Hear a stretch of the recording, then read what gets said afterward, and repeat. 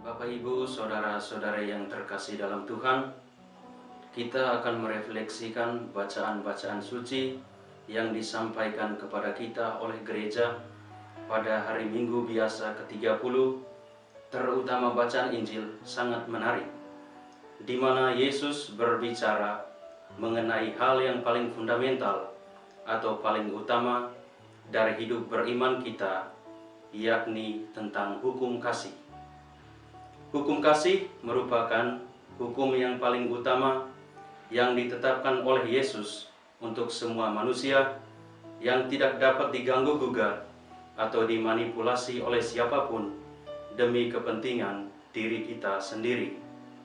Bapak, Ibu, saudara-saudari yang terkasih dalam Tuhan, Yesus mengatakan bahwa hukum yang paling pertama dan utama adalah mengasihi Tuhan di atas segalanya, dan hukum yang kedua yang sama dengan itu adalah mengasihi sesama seperti diri kita sendiri.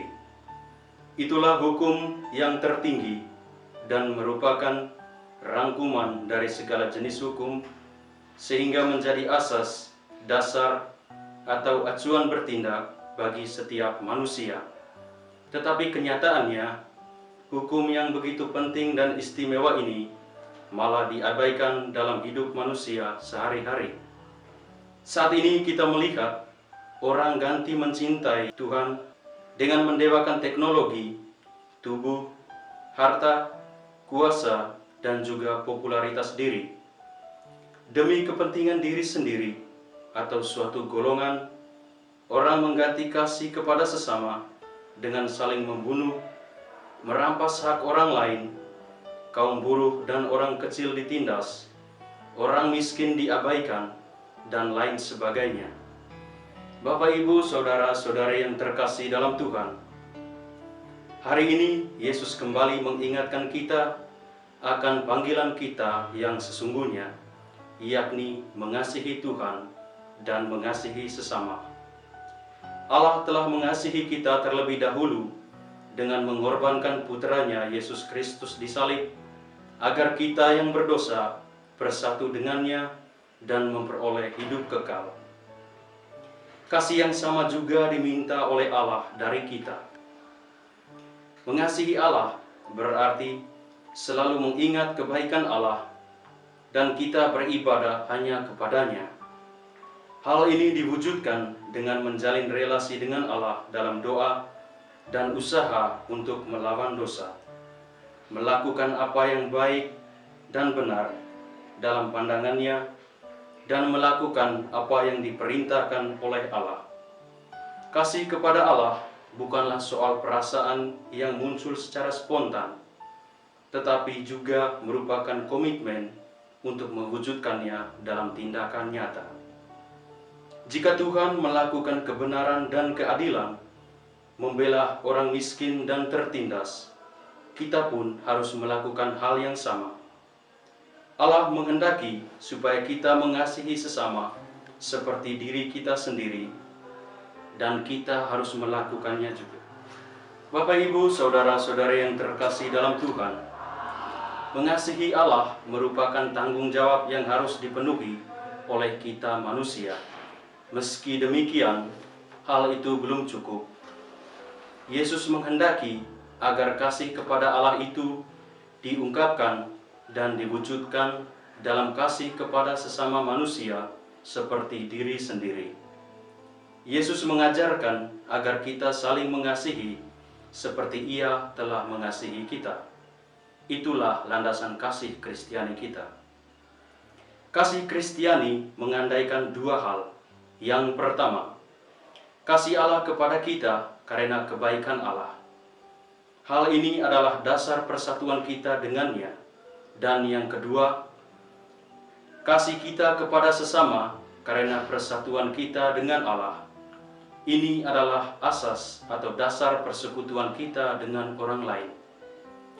Oleh karena itu, jika seseorang mengasihi Allah dengan segenap hati, pikiran, jiwa, dan kekuatan, ia pun akan mengasihi diri sendiri dan sesama dengan kasih yang berlimpah, tulus, penuh belas kasih, sebagaimana Allah mengasihi setiap orang.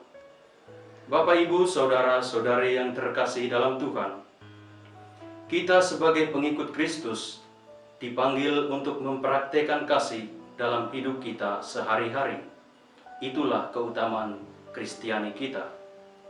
Kita tidak boleh berbangga menjadi orang Kristiani atau menjadi pengikut Kristus jikalau kita tidak memelihara kasih terhadap sesama. Karena orang yang tidak mengasihi berarti orang yang tidak mengenal Allah. Rasul Yohanes mengatakan bahwa setiap orang yang mengasihi, ia lahir dari Allah dan mengenal Allah. Barang siapa tidak mengasihi, ia tidak mengenal Allah, sebab Allah adalah kasih. 1 Yohanes bab 4 ayat 7 sampai 8. Itu berarti bahwa jikalau kita mengakui diri sebagai orang beriman dan mengenal Allah, kita harus melakukan apa yang dikehendaki oleh Allah. Allah menghendaki kita saling mengasihi. Kasih itulah yang harus kita praktekkan dalam hidup harian kita. Bapak, Ibu, saudara-saudari yang terkasih dalam Tuhan, mengasihi orang lain seperti diri sendiri berarti rela dan mau menjadi diri berguna bagi orang lain, serta tidak mau menyakiti orang lain, tidak egois, mengasihi mereka demi kepentingan mereka dan bukan demi kepentingan atau kepuasan diri sendiri.